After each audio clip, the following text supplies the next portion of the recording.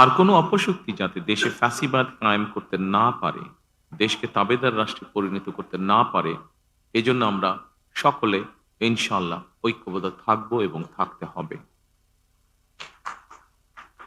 জামাতে ইসলাম, এনসিপি, ইসলামী আন্দোলন বাংলাদেশ, জমিয়তুল ইসলাম, গণ অধিকার পরিষদ সহ ৫১টি রাজনৈতিক দল এই নির্বাচনে অংশগ্রহণ করেছিল।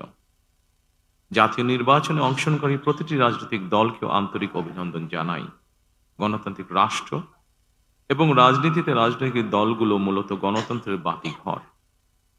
সরকার এবং বিরোধী দল যে যার অবস্থান থেকে দায়িত্বশীল ভূমিকা পালন করলে অবশ্যই দেশে গণতন্ত্র প্রাতিষ্ঠানিক রূপ পাবে বলে আমরা দৃঢ়ভাবে বিশ্বাসী।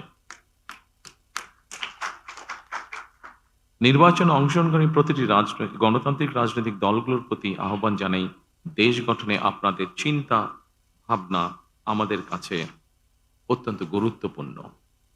আমাদের পথ এবং মত ভিন্ন থাকতে পারে, কিন্তু দেশের সাথে আমরা সবাই এক।